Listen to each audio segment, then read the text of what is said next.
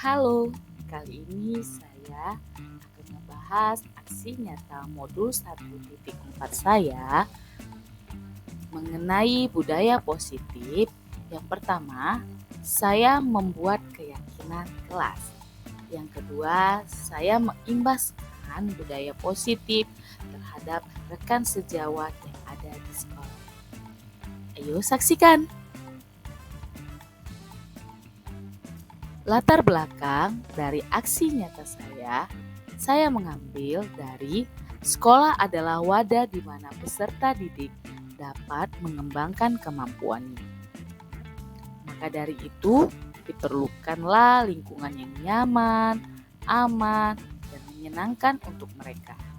Sehingga terciptalah lingkungan yang positif, maka dengan mudah membangun budaya positif di sekolah. Itu salah satu yang saya ambil. Dan tujuan dari budaya positif menumbuhkan budaya positif di kelas dan di sekolah dengan meyakini nilai-nilai kebajikan universal agar siswa memiliki karakter pelajar Pancasila.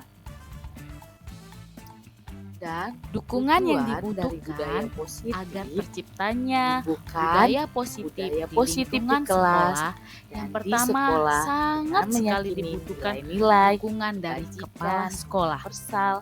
Apapun yang dilakukan para guru untuk membudayakan budaya positif di lingkungan sekolah, kepala sekolah harus mendukung. Budaya positif Yang kedua, di kelas, dukungan dari rekan guru dan staf. Meyakini nilai-nilai Rekan guru harus bekerja sama dan harus menaati segala budaya positif yang ada di sekolah. Karena rekan guru dan staf adalah contoh yang dilihat oleh murid. Budaya positif di kelas. Dukungan yang ketiga di adalah sekolah murid itu sendiri. Nilai-nilai Murid harus memahami dahulu apa itu budaya positif, sehingga terselenggaralah program budaya positif yang ada di sekolah. Terciptalah lingkungan yang nyaman, aman, senang, dan murid pun merasa bahagia meyakini nilai-nilai.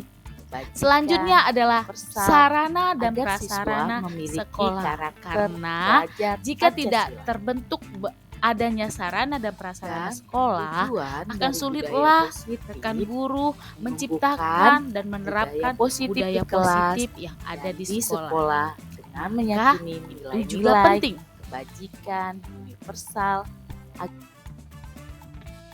Dukungan yang dibutuhkan budaya positif di sekolah.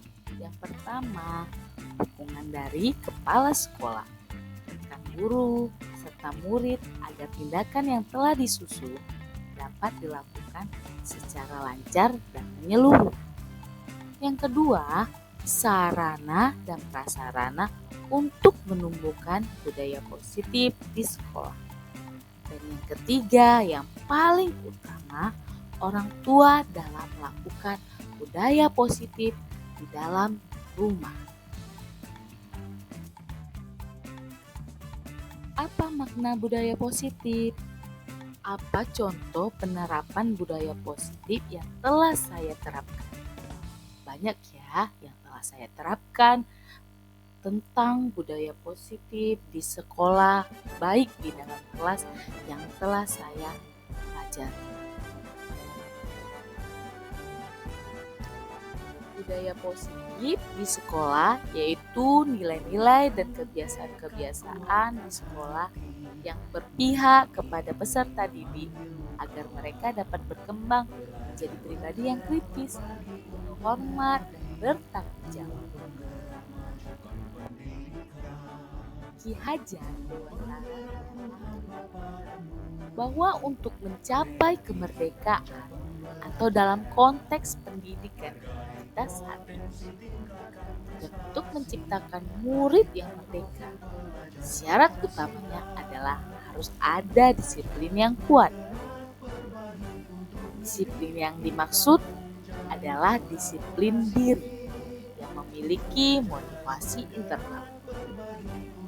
Jika kita tidak memiliki motivasi internal, maka memerlukan pihak lain untuk memposisikan kita. Itu menurut Hajar Dewantara. Disiplin positif berawal dari peraturan kelas. Nah, peraturan kelas ini ditetapkan oleh peraturan yang ada di sekolah. Maka dicarilah nilai yang positif dari peraturan kelas. Sehingga dari nilai positif tersebut kita menciptakan bagaimana keyakinan kelas. Sehingga setelah terciptanya keyakinan kelas yang telah disepakati oleh peserta didik dan disetujui oleh guru, maka hadirlah lingkungan yang positif di dalam kelas. Jadi saya menerapkannya dahulu di dalam kelas saya. Sehingga lingkungan di dalam kelas saya telah positif, belajar merasa nyaman, aman, dan tentram, maka terjadilah budaya positif yang ada di dalam kelas saya. Sehingga murid atau peserta didik yang saya ajarkan telah menerapkan prinsip budaya positif dalam kehidupan sehari-hari. Keyakinan kelas. Keyakinan kelas adalah nilai-nilai kebajikan atau prinsip-prinsip universal yang disepakati bersama secara universal, lepas dari latar belakang suku, negara, bahasa, maupun agama. Menurut Gosen, suatu keyakinan akan lebih memotivasi seseorang dari dalam intrinsik atau dari dalam diri seseorang tersebut. Seseorang akan lebih bersemangat untuk menjalankan keyakinan daripada hanya sekedar mengikuti serangkaian peraturan yang telah ditetapkan. Jadi, saya memaknai keyakinan kelas ini pada siswa saya, bagaimana kamu dapat menjalankan hari-harimu di dalam kelas dengan kamu membuat suatu keyakinan dari perkataan-perkataan peraturan yang telah ditetapkan menjadi perkataan yang positif. Maka siswa saya pasti akan merenungkan apa keyakinan yang akan mereka ciptakan di hari ini. Misalnya di saat pembelajaran hari ini. Pembentukan keyakinan kelas bersifat abstrak, berupaya pernyataan universal, dibuat dalam pernyataan positif, sedikit saja agar mudah diingat, sesuai dengan kondisi kelas dan sekolah sehingga mudah diterapkan. Semua warga sekolah atau warga kelas dilibatkan saat membuat keyakinan kelas. Nah, saya telah menerapkan pada kelas saya. Saya menempel keyakinan-keyakinan kelas peserta didik saya dalam suatu keyakinan yang ada di dinding kelas. Nah, supaya mereka tetap gampang membacanya, mereka dapat membaca apakah keyakinan yang mereka inginkan di hari ini di dalam kelas. Keberhasilan keyakinan kelas yang saya terapkan, yang pertama, anak-anak antusias dalam pelaksanaan membuat keyakinan kelas. Selain itu, anak-anak senang dengan hasil yang mereka tuliskan. Karena ketika menerapkan keyakinan kelas, saya memberikan sticky note kepada anak-anak untuk mereka tuliskan sebanyak-banyaknya atau berapa yang mereka mampu untuk keyakinan kelas yang mereka akan terapkan hari ini, hari di mana mereka mengalami pembelajaran dengan saya. Dan anak-anak mulai terbiasa secara perlahan melaksanakan hasil yang telah mereka tuliskan. Misalnya, mereka yakinkan hari ini mereka tidak melakukan keributan di kelas. Jadi, saya selalu ingatkan mereka, keyakinan kelas kamu hari ini, misalnya Nabila, kamu tidak ingin membuat keributan di kelas. Maka anak tersebut akan ingat dan belajar pelan-pelan tidak mengganggu temannya, tidak melakukan keributan di dalam kelas.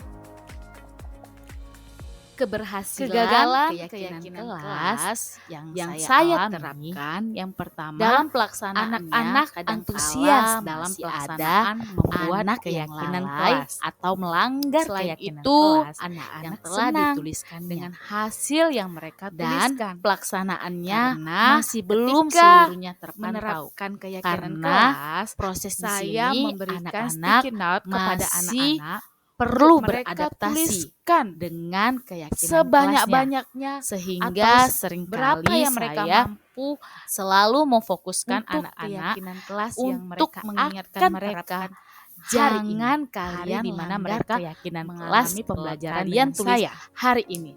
Gapailah keyakinan kelas anak-anak mulai terbiasa secara perlahan, dan selalu juga saya melihat beberapa anak dengan pantauan yang tidak hari ini selalu menyeluruh tidak melakukan keterbatasan kelas.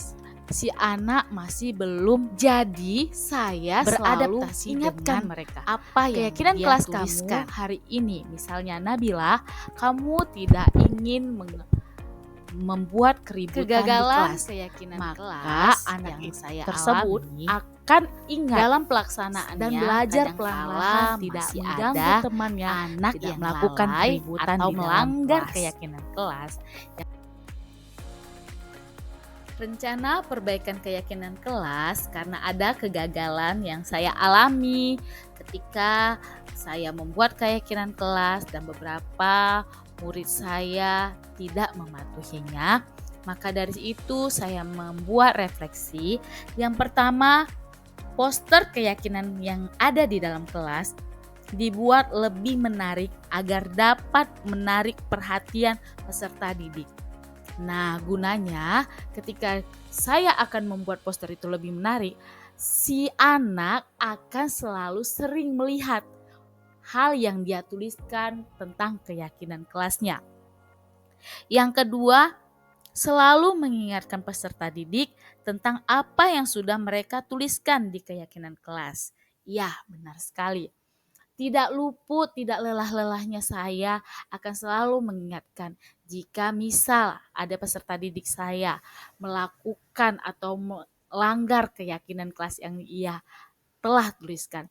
Saya akan selalu mengingatkannya sehingga dia bisa beradaptasi dengan keyakinan kelas yang ia tuliskan. Dan perlahan-lahan dia akan mengingat apa yang telah jadi tanggung jawabnya. Tidak semata-mata hanya untuk menulis saja. Selanjutnya, melakukan refleksi setiap pulang sekolah tentang keyakinan kelas yang telah mereka tuliskan.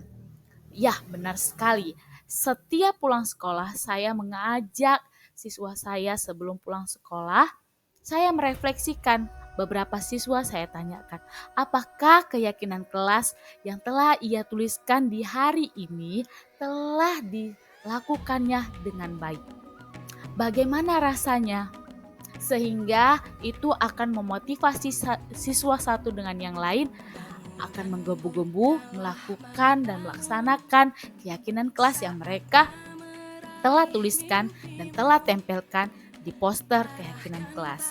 Sehingga mereka lebih belajar bertanggung jawab. Dan terciptalah lingkungan yang positif di sekolah dan di kelas mereka tersendiri.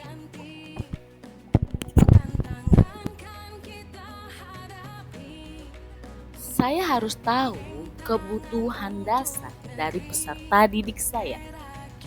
maka itu saya memahami 5 kebutuhan dasar dari manusia. Yang pertama, kebutuhan bertahan hidup. Terkadang peserta didik kita datang ke sekolah dengan berbagai macam kendala atau masalah yang mereka alami. Contoh yang pertama saya ambil ketika peserta didik tidak sarapan ke sekolah. Kadang si peserta didik ini akan melakukan hal jahil kepada temannya. Nah, dari situ saya memahami bahwa si peserta didik ini pasti tidak sarapan di sekolah. Maka saya akan mengambil solusi terhadap peserta didik tersebut. Yang kedua, cinta dan kasih sayang. Kita harus tahu juga, termasuk saya, bahwa bagaimana cara si peserta didik sadar akan dirinya bahwa dia dicintai dan disayangi oleh sang guru. Itu yang harus kita imbaskan pada peserta didik. Yang ketiga adalah kebebasan. Layaknya seorang anak, kita harus memberikan dia kebebasan. Peserta didik ini tidak bisa kita berikan dengan ilusi-ilusi kontrol kita sebagai guru. Kasih mereka berkarakter dengan karakter mereka. Kasih mereka kebebasan, tapi kita harus bisa manajemen mereka juga. Yang keempat, kesenangan. Kita juga harus memahami kesenangan-kesenangan dari peserta didik kita. Apa yang dia sukai, sehingga dia merasa menarik terhadap kita. Yang kelima adalah kekuasaan. Itulah 5 kebutuhan dasar dari manusia yang diinginkan oleh peserta didik kita.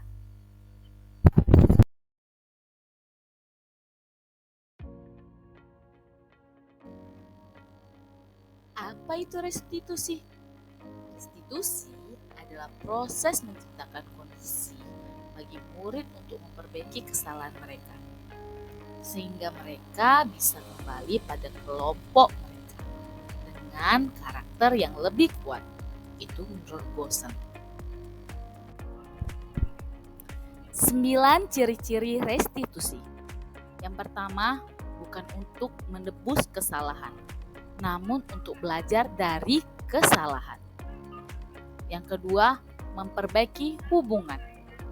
Yang ketiga, tawaran, bukan paksaan. Keempat, restitusi menuntun untuk melihat ke dalam diri. Restitusi mencari kebutuhan dasar yang mendasari tindakan. Keenam, restitusi diri adalah cara yang paling baik untuk memperbaiki diri. Ketujuh, restitusi fokus pada karakter, bukan tindakan. Kedelapan, restitusi fokus pada solusi.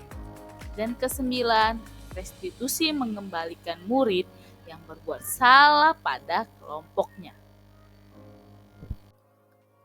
Terkadang banyak sekali kasus-kasus yang ada pada peserta didik kita, seperti kasus terlambat ke sekolah, mengganggu teman, atau mencontek dan membuat keributan di kelas. Nah, kita sebagai guru wajib menggunakan segitiga restitusi. Apa itu segitiga restitusi? Yaitu proses menciptakan kondisi bagi murid untuk memperbaiki kesalahannya sehingga karakter mereka lebih kuat ketika kembali pada kelompoknya. Kita sebagai guru jangan menggunakan 5 posisi kontrol dengan memecahkan kasus pada murid. Kita gunakan segitiga restitusi karena ketika kita menggunakan hukuman, murid akan menjadi benci dan akan menganggap kita sepele. Nah, segitiga restitusi itu seperti apa? Ayo kita pelajari.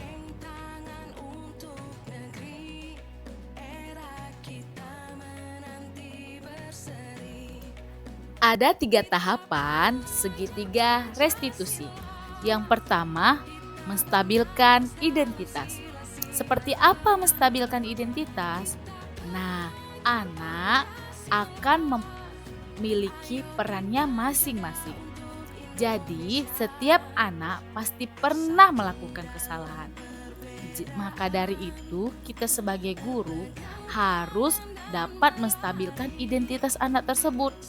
Misalnya, kita mengatakan, kamu bukan satu-satunya yang pernah melakukan hal ini. Nah, kamu pasti pernah melakukan kesalahan. Maka anak akan merasa tenang dan nyaman ketika kita mengatakan seperti itu pada si anak. Lalu selanjutnya kita akan memvalidasi kebutuhan. Seperti apa? Sebagai guru, kita seharusnya mengatakan kamu tentu punya alasan mengapa kamu melakukan hal itu. Atau adakah cara yang lebih efektif untuk mendapatkan apa yang kamu butuhkan? Sehingga anak dapat mengutarakan mengapa dia melakukan hal itu. Karena kita sudah berada pada pihak dia. Selanjutnya, menanyakan keyakinan kelas. Nah, dari kasusnya tersebut, kita harus mengaitkan dengan keyakinan kelas yang telah kita terapkan di kelas. Seperti, nah, nilai-nilai apa yang telah kamu sepakati selama ini? Sehingga kasus kamu ini nilai apa yang telah kamu langgar?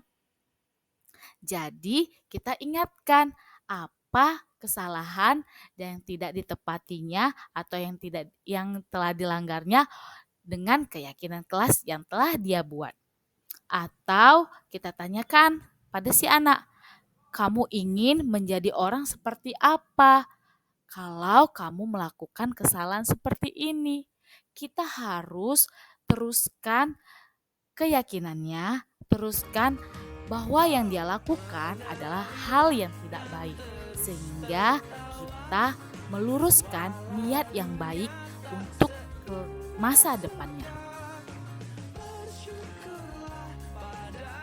Berikut ini kegiatan diseminasi di sekolah mengenai pemahaman dan pengenalan budaya positif yang saya laksanakan khususnya di sekolah SDN 05 Panehilir, Kecamatan Panehilir, Kabupaten Labuhan Batu. Check it out, silakan disaksikan.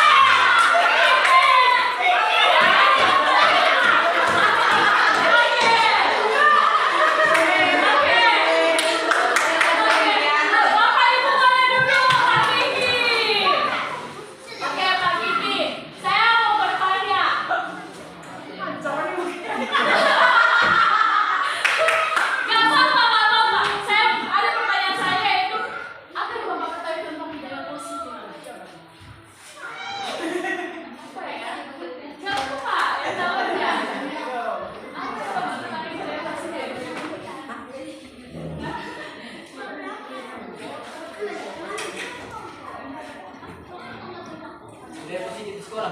Iya dong, di sekolah kita ini apa yang Bapak tahu?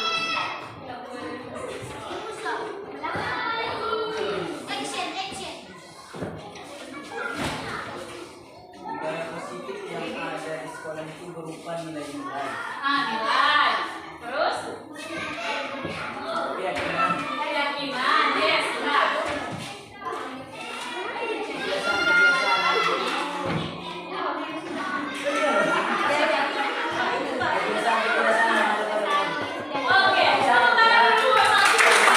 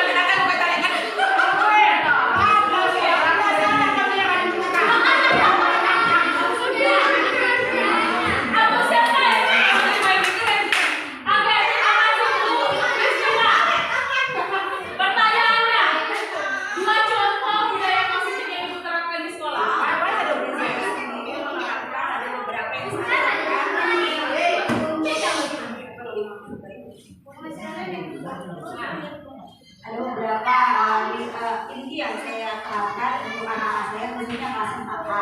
Yang pertama, membuang sampah pada tempatnya.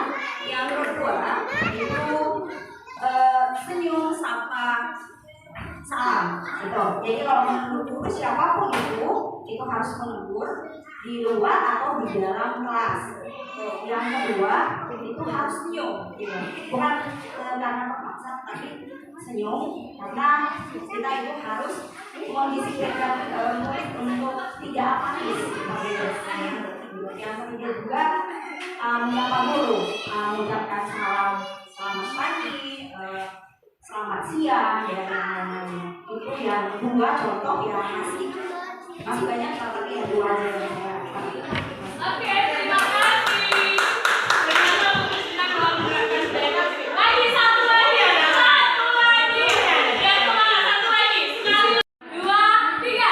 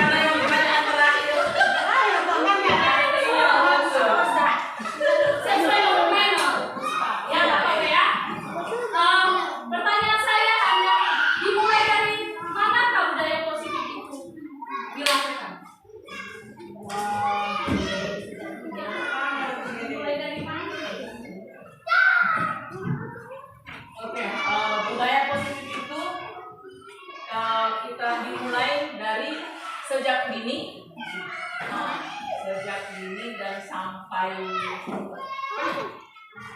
terusnya itu loh, mulai dari sejak dini gitu. Oke, terima kasih buat guru SPT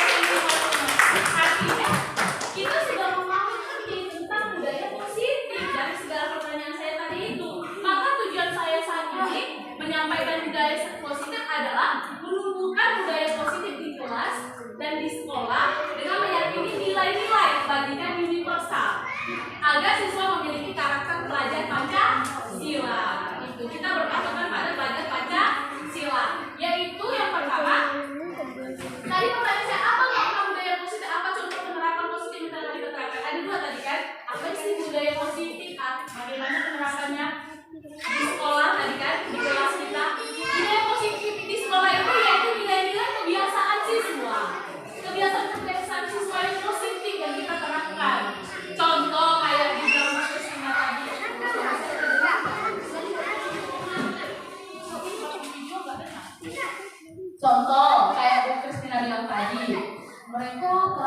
terapkan yaitu budaya apa tadi Bu? Buang sampah. Hal yang kecil ada buang sampah pada tempatnya. Itu merupakan nilai positif yang sudah bisa kita terapkan. Berarti mereka telah kita ajarkan bertanggung jawab. Tapi selama ini perubahan paradigma itu ada pada diri kita. Apa sih perubahan paradigma yang pada diri kita tersebut? Contoh, saya ambil dari filosofi pendidikan di Hajar Dewantara. Kita harus menerapkan bukan tabula rasa. Kita jangan tabula rasa. Lalu semua anak terlahir dengan bakatnya masing-masing. Kita harus tahu hal itu. Jujur, setelah saya belajar di sini, saya paham. Oh iya, awalnya saya keras sekali sama anak-anak ini.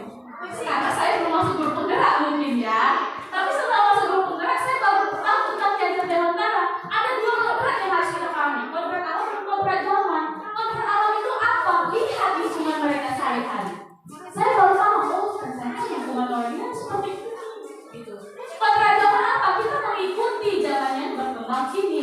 Jadi kita bisa kita. Gitu. Apa itu? Impact. Anak-anak juga harus kita ajarkan impact. Tapi berdasarkan lingkungan kita. Jangan seperti itu kota. Terus apa lagi? Kita ibarat guru sebagai petani. Apa itu guru sebagai petani? Yaitu ibarat kitalah petaninya, muridlah benihnya atau jagung yang mau ditanam.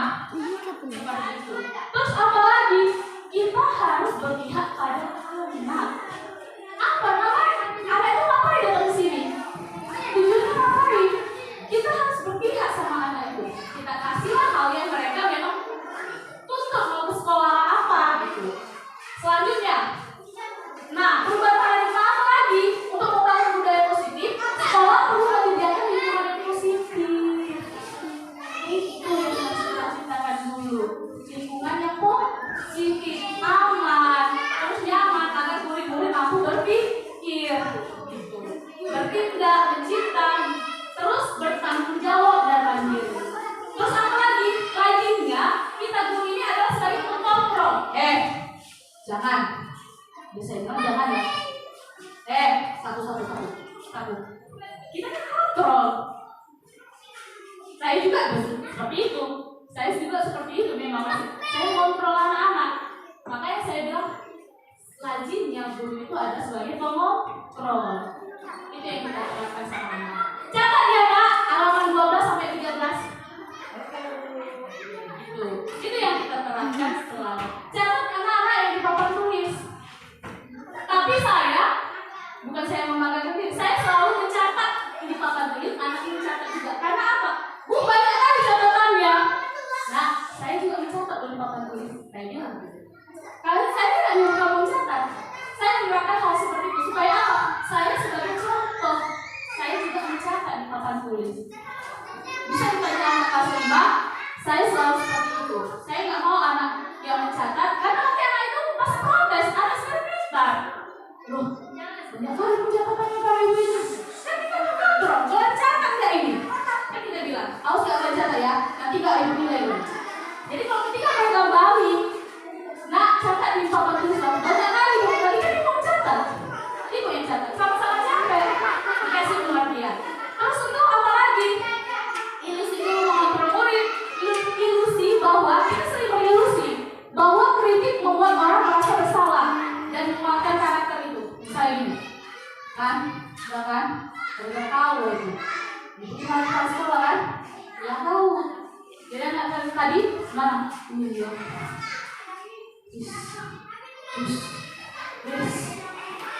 Itu dia. Sering itu hal itu kita lakukan. Seolah anak itu salah. Seperti itu. Terus apa lagi? Ilusi bahwa semua penguatan positif itu efektif dan bermanfaat. Menurut kita. Anak-anak? Belum tentu ya kan? Terus apa lagi? Ilusi bahwa orang dewasa memiliki hak untuk memaksa. Saya ini orang dewasa loh. Saya orang tua. Ya udah Pak, kerjakan nggak? Saya orang tua aku di sekolah ini. Sering sih ilusi kita itu terjadi. Bu, susah loh kalau kayak gitu. Udah itu terbawa-bawa dari dulu. Nah, saya tuh seperti itu sebagai guru. Saya seperti itu. Tapi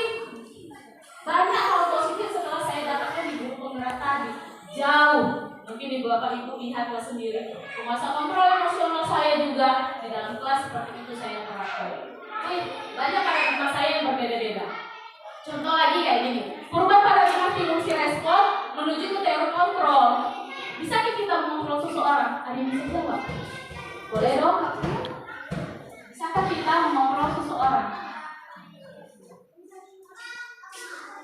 Bisa nggak aku ngontrol suamiku? Ya harus bisa lah. Bisa nggak aku ngontrol anakku? Harus bisa lah.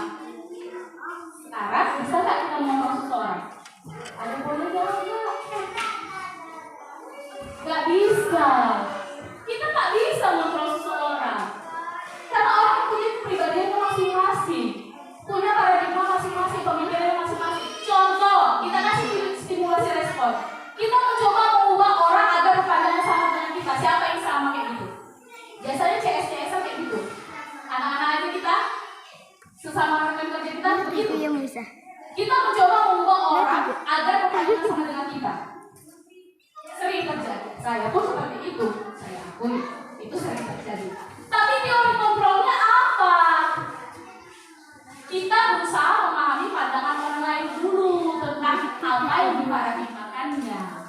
Itu hal yang harus kita teori kontrol. Teori kontrol yang kita butuhkan di sini. Di budaya positif, saya juga masih belajar Bapak Ibu. Saya bukan menggurui, saya masih banyak negatifnya juga. Sama-sama kita belajar di sini. Selanjutnya apa lagi? Model berpikir menang atau kalah. Itu sering terjadi kan sama diri kita? Saya juga. Kayak mana sih itu teori kontrolnya? Model berpikir menang aja. Itu yang harus kita bahas tuntas di sana. Saya ajak Bapak Ibu. Terus menurut Ki Hajar Dewantara menyatakan bahwa untuk mencapai kemerdekaan ada dalam konteks pendidikan kita dan untuk menciptakan murid yang merdeka, syarat utamanya adalah harus ada disiplin yang kuat. Disiplin yang kuat. Disiplin yang dimaksud adalah disiplin diri, memiliki motivasi internal. Jika kita tidak memiliki motivasi internal, maka itu memerlukan pihak untuk mendisiplinkan kita. Jadi itu dia. Harus ada disiplin yang kuat. Nah, saya juga masih belajar gitu. Saya juga masih sangat belajar. Terus teori motivasi perilaku manusia. Yang pertama, manusia itu sering menghindar. Menghindar ya kan? Itu teori motivasi dari Islamnya. Terus yang kedua, manusia itu untuk mendapatkan imbalan dari orang lain. Melakukan sesuatu pasti untuk dapat imbalan. Ada feedback dong. Sering terjadi. Itu dari motivasi eksternal. Yang ketiga, untuk menghargai diri sendiri menjadi insan sesuai harapan kita. Misalnya, saya akan menjadi orang yang seperti ini apabila saya melakukannya. Kadang-kadang kita kayak gitu. Dan disukai sama ibu saya.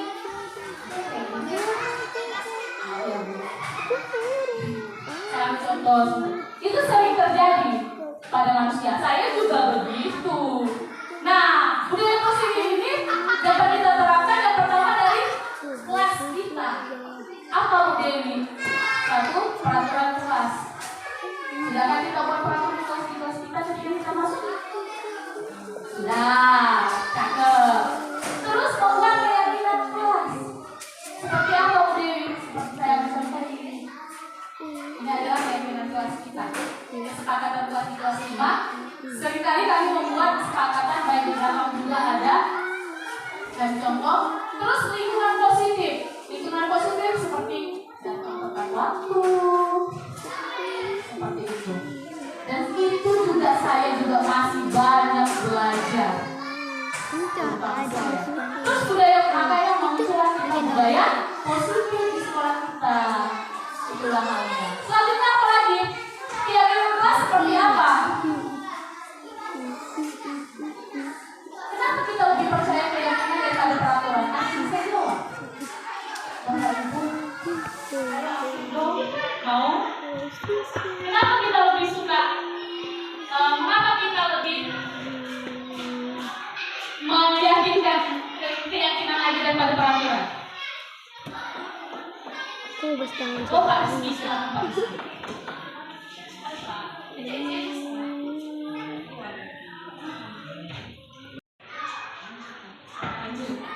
Bu Sonia, kenapa lebih meyakinkan keyakinan daripada peraturan?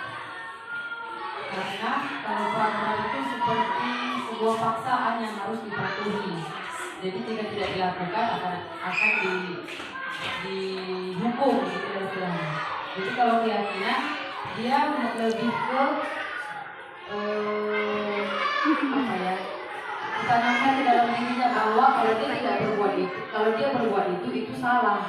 Bukan karena dia berbuat itu karena takut dihukum, tapi karena dia sudah menanamkan pada dirinya bahwa yang dilakukannya itu salah.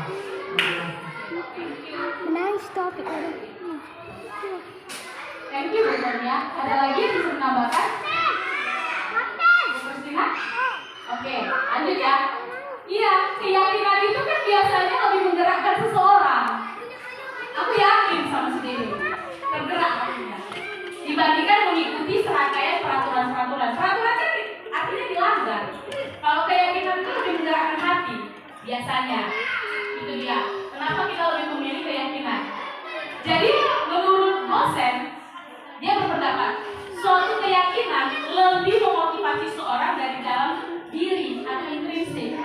Seseorang akan lebih bersemangat untuk menjalankannya. Misalnya, aku udah yakin dia itu suka sama aku. Pas semangat kita. Aku udah yakin nanti aku di sekolah aku pasti disayang sama teman-temanku. Pasti akan semangat. Jadi kita tawarkan keyakinan sama diri anak-anak. Keyakinan itu yang harus ada dulu. Artinya kita harus membuatnya sebagai teladan dahulu. Terus pembentukan keyakinan kelas kayak mana ya Bu Dewi? Yaitu keyakinan kelas bersifat abstrak dari pandangan sama peraturan. Contoh, saya setiap masuk kelas saya bilang sama anak, nah tuliskan 2 keyakinan kelas kamu. Hari ini aku mendapat nilai 100 Bu. Hari ini aku dapat pelajaran yang aku tidak tahu misalnya itu. Dan saya suruh bacakan satu-satu. Jadi saya selalu buat. Karena apa? Supaya aku tampil, kamu itu tahu keyakinanku ini. Itu yang saya terapkan. Mudah-mudahan di sini. Oke. Peraturan itu kayak mana sih Bu Dewi? Peraturan itu seperti ini. Selalu kembalikan buku ke tempatnya ya. Sering ya. Saya aja sama suami aja sering bilang gitu. Ini handuk letakkan ya. Gak apa? Apa itu? Tempat handuk. Saya selalu bilang gitu, jangan letakkan di tempat tidur. Saya bilang, itu peraturan dari saya nggak suka handuk di tempat tidur. Sama kayak anak-anak, kita buat peraturan. Selalu dilarang mengganggu orang lain. Masih kita bilang gitu kan? Itu peraturan. Terus kalau keyakinannya kayak mana? Bertanggung jawab ya nak sama buku yang kamu pinjam. Itu caranya membedakan keyakinan dengan peraturan. Terus kayak mana lagi? Dilarang mengganggu orang lain. Nah, kita belajar ya menghargai orang lain. Boleh? Boleh. Kayak artis kita gitu loh. Ngasuh anaknya. Para ibu bapak tahu kan kita milih seperti itu. Boleh? Boleh makan? Boleh. Boleh? No. Seperti itu. Nah, dihukum oleh penghargaan. Sering nggak kita terjadi kayak gitu? Dihukum oleh penghargaan. Contohnya kayak mana? Pengaruh jangka pendek dan jangka panjang. Kita harus sadari itu. Dihukum anak-anak itu melalui penghargaan. Terus bagaimana lagi? Penghargaan hukum. Terus bagaimana lagi? Penghargaan mengurangi ketetapan. Terus bagaimana lagi? Penghargaan tidak efektif, penghargaan merusak hubungan. Pasti kalau kita menghukum anak, akan terjadi anak itu nggak imbasnya sama kita, nggak senang lagi sama kita. Contoh itu hal itu udah pernah saya lakukan sini. Cara memegang anak itu supaya suka lagi, jadi saya mulai mendekati lagi. Ada imbas ternyata. Itu dia. Oke, kita udah belajar tadi ya. Hukum. Apa sih perbedaan hukum dan konsekuensi? Yuk. Ada yang bisa? Apa sih perbedaan hukum dengan konsekuensi, Bapak Ibu?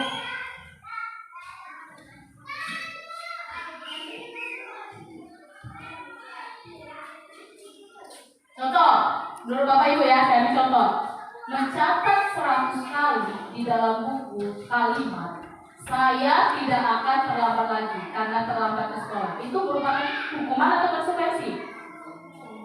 Yang bilang hukuman angkat tangan. Malu-malu semuanya. Oke. Yang bilang konsekuensi angkat tangan. Itu adalah hukuman ya Bapak Ibu. Itu adalah hukuman karena melakukan catatan. Yang kedua, menggantikan kertas tugas teman yang telah dicoret-coret. Itu hukuman atau konsekuensi? Konsekuensi karena dia menyuruh gantikan kamu ya nak, karena kamu udah coret-coret, gantikan lagi itu. Itu dia. Oke lagi, murid diminta untuk push up 15 kali karena tidak menggunakan masker di sekolah. Hukuman. Kalau lagi lari mengelilingi lapangan basket 2 kali karena terlambat hadir di sekolah. Hukuman.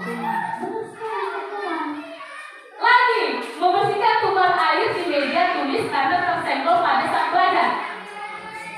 Iya. Berarti Bapak Ibu udah memahami ya konsekuensi dan hukuman.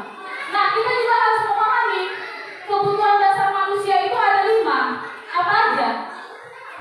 Pertama, apa ya? Siapa yang bisa? Kebutuhan dasar manusia. Kita, apa sih kebutuhan kita? Oh, kebutuhan pokok ya. Iya, saya itu kebutuhan dasar kita. Iya, pangan. Kebutuhan pokok. Berarti kita harus bertahan hidup.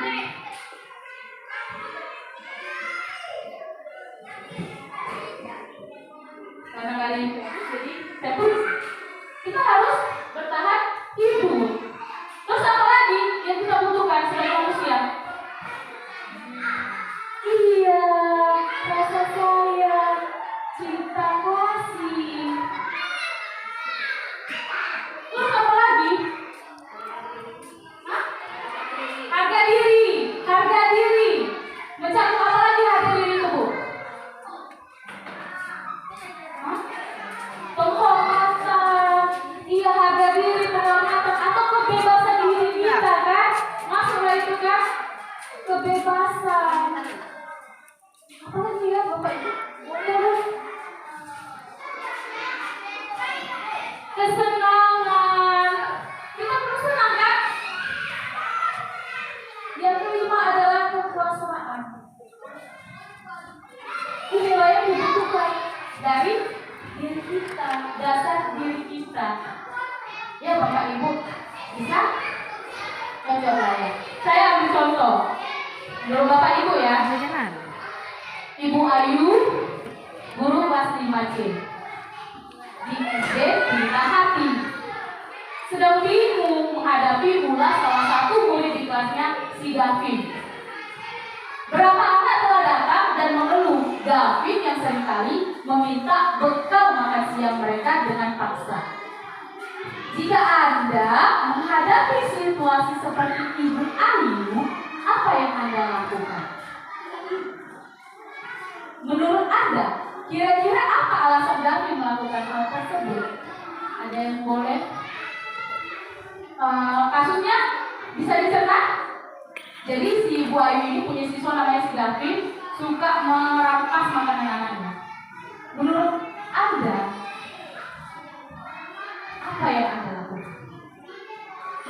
Terus apa alasan Gavin melakukan tersebut? Boleh dong? Misalnya?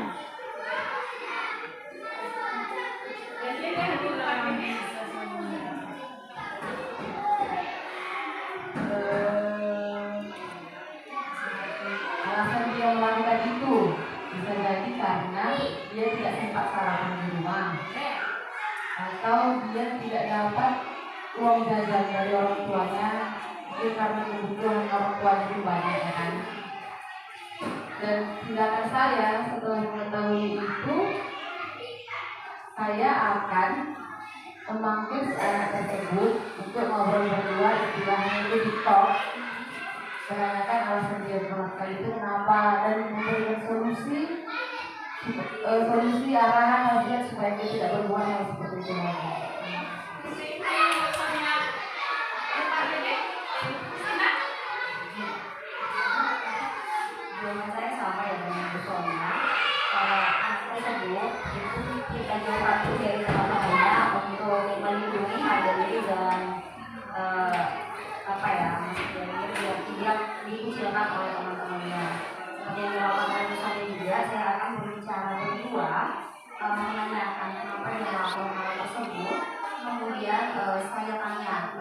hal tersebut itu apa yang akan terjadi dengan anak itu akan merugikan atau apa solusinya agar tidak melakukan hal tersebut ke depannya.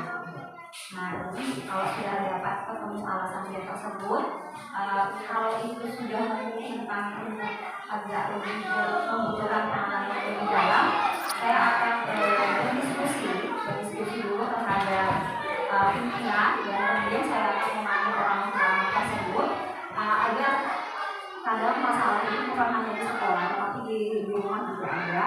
Nah, ini bisa kolaborasi dengan pimpinan dan kemudian juga kolaborasi dengan orang tua. Jadi semua penanganan anak tersebut itu bersinergi. Terima kasih Bu Christina. Coba dulu Bu, saya mau dengar suara Bu Aziza. Si Ayu tadi, si Ayu dia punya anak yang namanya si Gavin.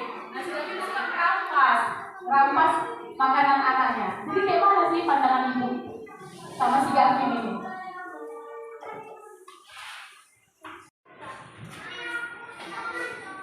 Sama-sama saya menasihatinya mengapa hal itu terjadi pada temannya. Dan selanjutnya mungkin sejauh ini tidak diberi belajar oleh orang tuanya. Dan selanjutnya tidak juga bisa kita berburuk sangka kepada si Gavin ini, karena bisa juga ini kenakalan si Gavin ini sendiri. Nah, dia ingin mencoba-coba kepada temannya tersebut. Sampai itu saja.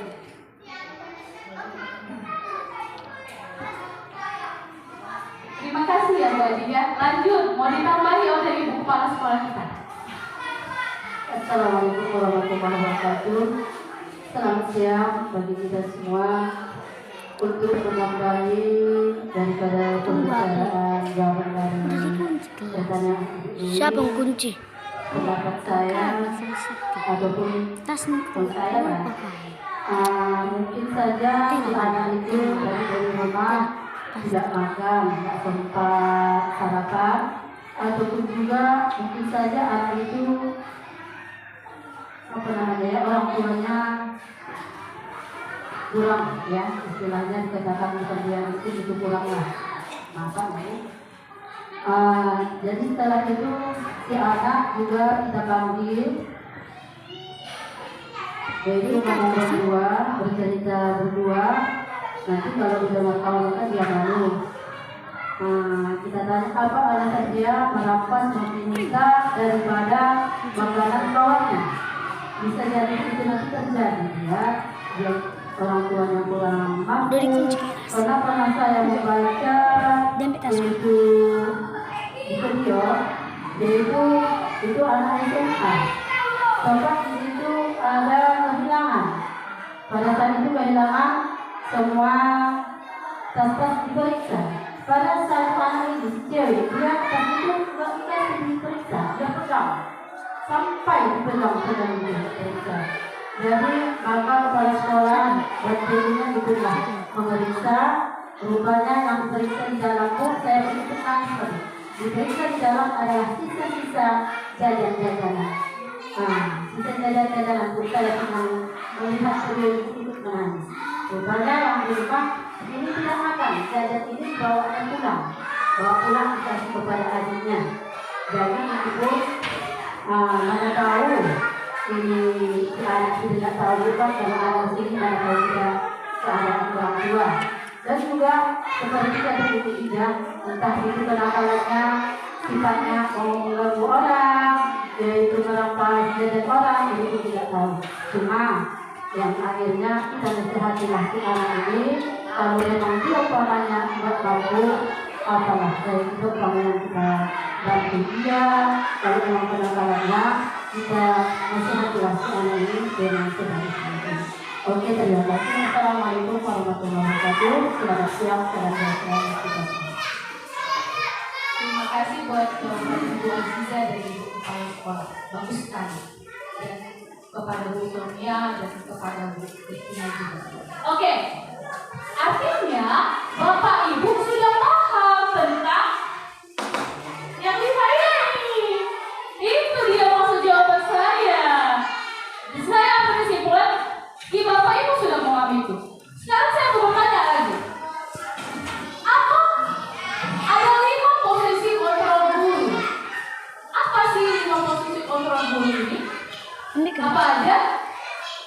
Biasanya guru mengatur untuk apa aja?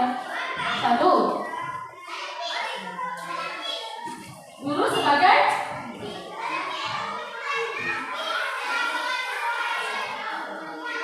fasilitator. Yes, guru sebagai fasilitator. Bisa. Fasilitator. Lalu apa lagi guru ini? Sebagai fasilitator di sini saya ganti sebagai manajerial, boleh nggak sih? Kan guru fasilitator ini manajer kan? Cocok ya? Apa lagi? Guru sebagai penghubung. Ya, benar sekali ya. Selain guru sebagai penghubung, guru Kia, apa lagi Bu Kia? Biasanya kita lakukan Bu Kia. Selalu ya? Benar? Iya, benar. Saya di sini seringkali guru ini sebagai teman. Bisa jadikan kita nasihat kayak teman kita. Oke, Bu Nani, apa lagi selain teman Bu Nani? Hah? Kita tahu dia. Penantang. Apa lagi di situ? Bukan Bu. Coaches Bu, coaches. Apa lagi? Penyemangat. Iya, selain penyemangat selalu kita ini membuat rasa bersalah. Ini nih pasti. Tapi saya himbau yang paling tepat adalah posisi kontrol adalah guru sebagai manajer. Kita lah yang memanajer yang anak-anak tersebut. Maka berjalanlah budaya positif kita. Setelah itu, setelah kita lakukan manajer, pasti akan ada kasus sama si anak tadi. Ya kan? Kasusnya itu kita harus gunakan apa, Bapak Ibu? Segitiga restitusi. Caranya gimana? Misalnya anak-anak sekarang yang udah terlambat, saya nggak langsung tahu lari, dulu saya suruh lari dulu, lari 10 kali lapangan. Nah itu dulu waktu di sini. Kamu pernah ya lari kok? Sekarang saya enggak. Saya suruh masuk, letak atas, saya panggil setelah mata pelajaran selesai. Saya tanya dulu, memvalidasikan keadaan, meyakinkan kelas, dan memberikan pendapat solusi mereka. Demikianlah budaya positif yang saya terapkan. Semoga kita sama-sama belajar. Saya bukan menjadi guru, tapi kita sama-sama. Saya juga masih banyak kekurangan, masih banyak belajar di sekolah ini. Kiranya sama-sama kita, sama-sama. Saya bukan guru, saya bukan perintah, saya minta, saya juga belajar. Terima kasih Bapak Ibu telah mendengarkan presentasi saya tentang aksi nyata saya. Terima kasih Bapak Ibu telah datang di seminar kecil-kecil saya. Kiranya kita mendapatkan budaya positif. Nah, mohon ampun jika saya kesalahan kata. Pada Tuhan saya mohon maaf. Selamat siang.